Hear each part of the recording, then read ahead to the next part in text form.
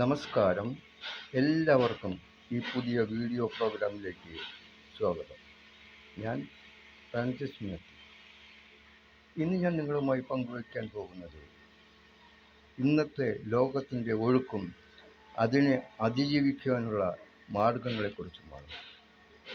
ഇന്നത്തെ ലോകത്തിൻ്റെ ഒഴുക്ക് എന്താണെന്ന് നോക്കാം.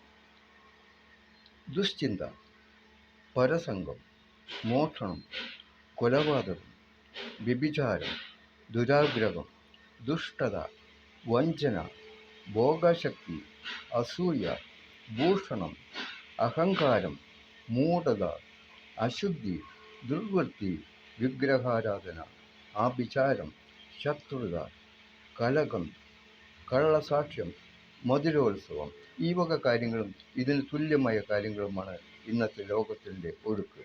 എന്നാൽ അതിനെ അതിജീവിക്കുവാനായി നമുക്ക് ദൈവത്തിൻ്റെ ആയുധങ്ങളുണ്ട്.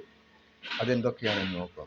സ്നേഹം, എളിമ, ദീർഘക്ഷമ, ദൈവവിശ്വാസം, സൗമ്യത, ദാനധർമ്മം, നീതി, സമാധാനം, പരിശുദ്ധാത്മാവിലുള്ള സന്തോഷം, പ്രാർത്ഥന, ദയ, നന്മ, വിശ്വസ്തത, ആത്മസംയമനം, ഈ വക കാര്യങ്ങളാണ് തിന്മയുടെ ശക്തിയെ ചെറുത്തു നിൽക്കുവാൻ നമ്മെ സഹായിക്കുന്ന ദൈവികമായ ആയുധങ്ങൾ.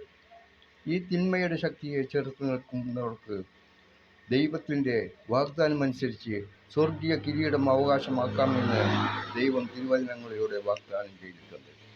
അങ്ങനെ തിന്മയുടെ ഒഴുക്കിനെ, തിന്മയുടെ മാലിന്യങ്ങൾ നിറഞ്ഞ ഒഴുക്കിനെതിരെ തുഴഞ്ഞുകൊണ്ട് അപ്പോഴുണ്ടാകുന്ന പ്രലോഭനങ്ങളെ അതിജീവിച്ചുകൊണ്ട് വിജയം വരിച്ച് ദൈവം തന്നെ സ്നേഹിക്കുന്നവർക്ക് വേണ്ടി വാഗ്ദാനം ചെയ്തിരിക്കുന്ന ജീവൻ്റെ കിരീടം സ്വന്തമാക്കുവാൻ പരിശ്രമിക്കാം.